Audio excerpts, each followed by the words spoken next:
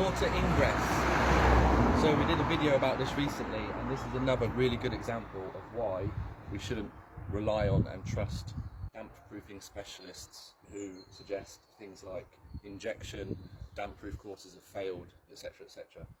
In my opinion, damp proof courses don't normally fail.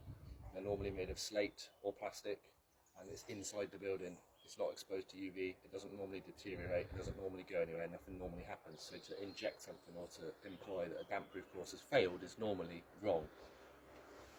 So we had two other people quote for this: injection, damp proof course, and then someone else said the wall needed rebuilding.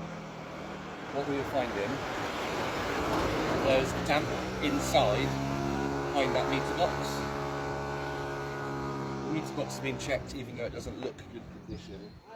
There's no holes, the pipes are all sealed, it has a good quality back on it, and around the edges there's no way that there's excess water getting in.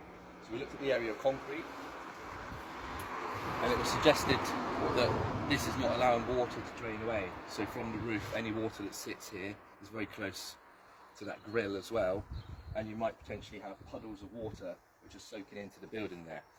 Normally the water from the building needs to be shed away from the building, so all the excess water from the roof, from the walls, when it rains, needs to get away, it doesn't want to sit in like a puddle.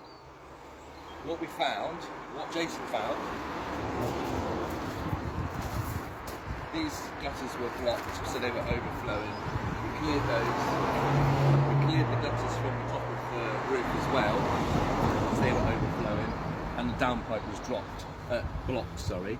So all of these things means that the excess water, which can't go anywhere, can't flow away properly, was landing here on the ground. This joint had failed as well, and this joint had failed. So all of the systems to take the water away from the building had failed, which meant the water was landing and pooling up here. In addition, if you can still see in there, Jason, so it's difficult to see, but that was the previous pipe. If you just zoom out on that, that was the previous pipe which goes underground, clay terracotta pipe, which comes here and outside. That is completely blocked. We put a vacuum on, and there's no, you couldn't feel any air movement, and it's completely blocked, solid with roots. So even if these systems up here were working, when they get down here, the water can't go anywhere, which again leads to this pooling up. So what we've done is simply, very easily, put a new piece of pipe there, cleared the gutters, cleared the downpipe, connection up there needed redoing, put a new pipe here, in the gravel, it can be shed away from the building, drain away, and it's also accessible for the future. This was £160 for us to diagnose, materials, labour. The other people said damp proof course or rebuild the wall, £4,000.